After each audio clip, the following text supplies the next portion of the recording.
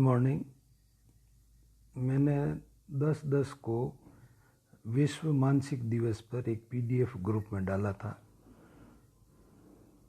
मुझे लगा कि चूंकि आज विश्व मानसिक दिवस है तो उसके ऊपर एक लेख आया था अखबार में, तो मैंने आपकी जानकारी के लिए डाला था। तो उसमें किसी ने कोई रेस्पॉन्स नहीं दिया, यानी उसको वो इन्फॉर्मेशन कैसी लगी वो भी देना चाहिए। व्हाट्सएप में डालने का मतलब यही होता है कि आपको कैसा लगा, तो उसी के आधार पे ही यदि आपका इंटरेस्ट होगा तो रेलिवेंट या संबंधित डे टू डे की जो लाइफ की जो इन्फॉर्मेशन होती है वो उसमें डालेंगे, और यदि आपको उसमें ज़्यादा इंटरेस्ट नहीं है तो नहीं डालेंगे। इससे पूर्व भी मैंने जो वीडियो बनाया था, आज जो बना रहा हूँ उससे पहले मैंने वीडियो बनाया था, और उस वीडियो में एक नोटिस पहले, वीडियो से पहले एक नोटिस डालता हूँ। तो उसका जो सेंस होता है, उसका मतलब होता है, नोटिस होता है, उसको भी पढ़ लीजिए और उसके आधार पर ओके वगैरह लिखें तो पता लगता है कि ये किस ने। अब जैसे मैंने उस वीडियो को अभी देखा तो उसमें 30 व्यूज़ आ रहे हैं और 13 लाइक्स आ रहे हैं। तो आप पूरा भी देखें। अब जिसने पूरा देखा है वो देख करके ही अपना नाम ओके करें, बिना देखे हुए ओके नहीं करें प्लीज़, नहीं तो पता नहीं लगता है। इसलिए आपके फ़ायदे के लिए कम से कम उसको पढ़ें और पूरा व्यू करने के बाद में उसको लाइक करें, और जिसने भी सब्सक्राइब नहीं किया है तो सब्सक्राइब भी करते रहें, और उसी से हम आगे जो भी वीडियो है वो बनता रहेगा। तो इसको ज़रूर ध्यान में रखें। तो आज का जो हमारा वीडियो का जो टॉपिक है, तो हम देख रहे थे स्वास्थ्य विश्वास प्रतिरूप, और उसके अंतर्गत स्वास्थ्य विश्वास प्रतिरूप के अंतर्गत आज देखेंगे हम तर्कयुक्त क्रियाशीलता का सिद्धांत, यानी theory of reason action. Theory of reason action या तर्कयुक्त क्रियाशीलता, यानी कोई हम कार्य करते हैं, क्रिया करते हैं, बिहेवियर करते हैं, तो उसमें कोई न कोई रीजन, तर्क कार्य होता है, तर्क होता है, तभी हम उस कार्य को करते हैं, अन्यथा नहीं करते हैं। तो ये इसका मेन मोट है। तो ये सिद्धांत ये मानता है कि व्यक्ति तर्कशील होते हैं और सूचना का यथावत प्रयोग अपने बिहेवियर के संबंध में निर्णय लेने में करते हैं। क्योंकि व्यक्ति तर्कशील या रीजन होते हैं और सूचना का यथावत प्रयोग जो है अपने व्यवहार या बिहेवियर के संबंध में निर्णय या डिसीजन लेने में करते हैं। व्यक्ति अपने कार्यों का क्या प्रभाव पड़ेगा, इसको भी यह निर्णय लेने से पहले ध्यान में रखते हैं कि किसी विशेष व्यवहार को करें या न करें। इसके साथ ही यह सिद्धांत यह भी मानता है कि व्यवहार एक उद्देश्य की ओर निर्देशित होता है, यानी हमारा जो बिहेवियर है, व्यवहार जो है, एक उद्देश्य, एम या पर्पज़ की ओर डायरेक्टेड होता है, निर्देशित होता है। और व्यक्ति स्वतंत्र रूप से उन कार्यों को चुनते हैं जिनमें उन्हें विश्वास होता है कि वह उनको उस उद्देश्य को प्राप्त करने की ओर ले जाएंगे। उनको ये विश्वास भी होता है कि हम हमारा जो उद्देश्य है वो ये काम करेंगे तो उद्देश्य की ओर ले जाएंगे। वह उस कार्य को नहीं करने का भी निर्णय ले सकते हैं जो उन्हें उस उद्देश्य को प्राप्त करने की ओर से दूर ले जाएं। उन कार्यों को हम नहीं करेंगे जो हम हमारे उद्देश्य की तरफ न ले जा करके दूर ले जाएं, यानी उद्देश्य की तरफ नहीं ले जाते हैं, तो उन कार्यों को हम नहीं करते। जैसे जो मैंने पहले उदाहरण बताया था, जैसे मोहन यह निर्णय ले सकता है कि अभी कोई जल्दी किसी डॉक्टर को दिखाने की नहीं है और पहले उसे घरेलू नुस्खों को आजमाना चाहिए।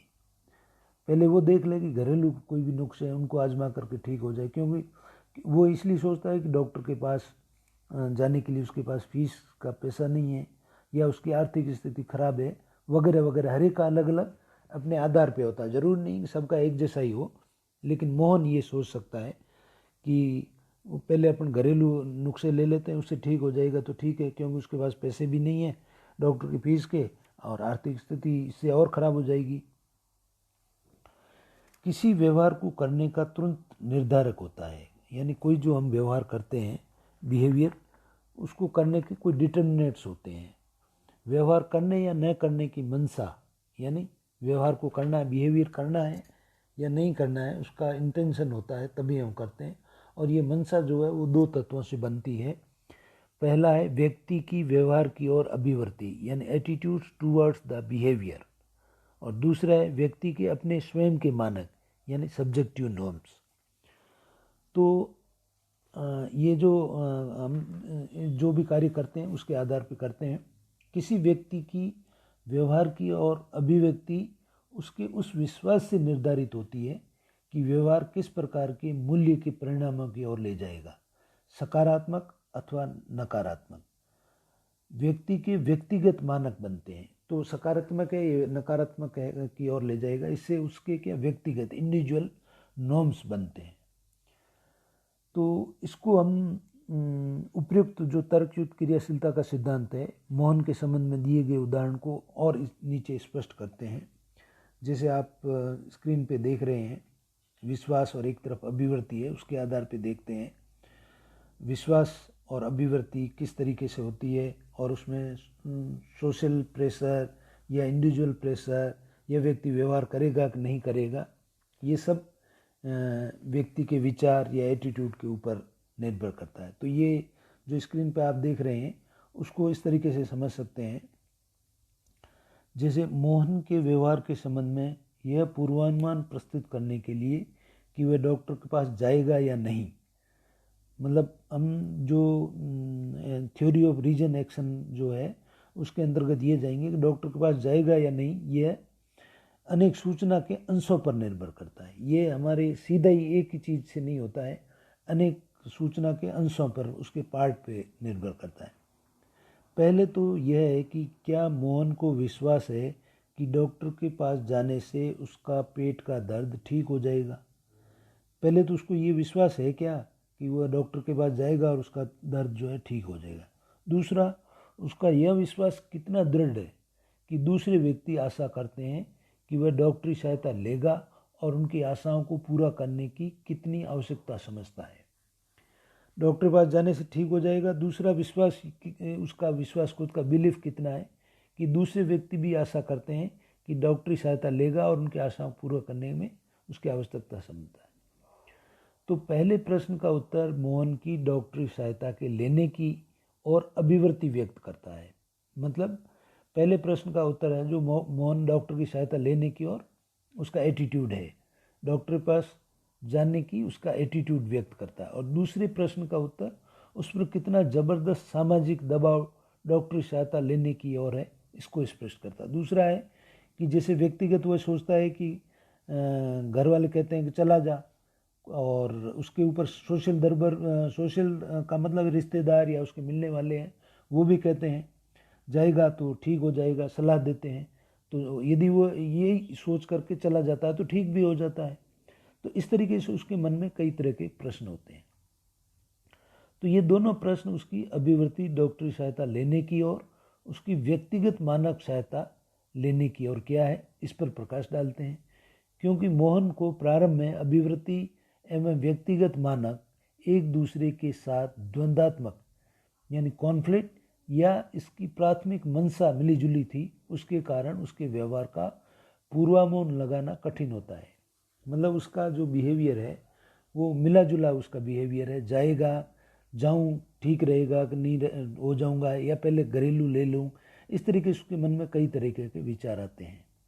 तो उसके मन में जो ये कॉन्फ्लिक्ट होता है, जाना ठीक रहेगा कि नहीं जाना ठीक रहेगा, जाएगा तो जो आर्थिक स्थिति है या उसके पास पैसे नहीं है या जो भी है, तो कई बार वो पूर्वानुमान लगाना कठिन होता है। फिर भी कहा जा सकता है कि तर्कयुक्त क्रियाशीलता सिद्धांत में ये संभावना निहित है, यानी ये जो थ्योरी है क्रियाशीलता सिद्धांत, थ्योरी ऑफ रीजन एक्शन जो है, ये संभावना निहित है कि यथार्थ पूर्वानुमान किए जा सकते हैं। यथार्थ यानी रियलिटी जो है वो पूर्वानुमान एस्टिमेट किए जा सकते हैं यदि अनुसंधानकर्ता सही ढंग से दोनों व्यक्ति की अभिवृत्ति की एक व्यवहार के प्रति दृढ़ता और व्यक्ति की आवश्यकता यानी उसकी नीड जो उसके सामाजिक मानव के अनुरूप कार्य करने को बाध्य करती है, मापन कर सकते हैं।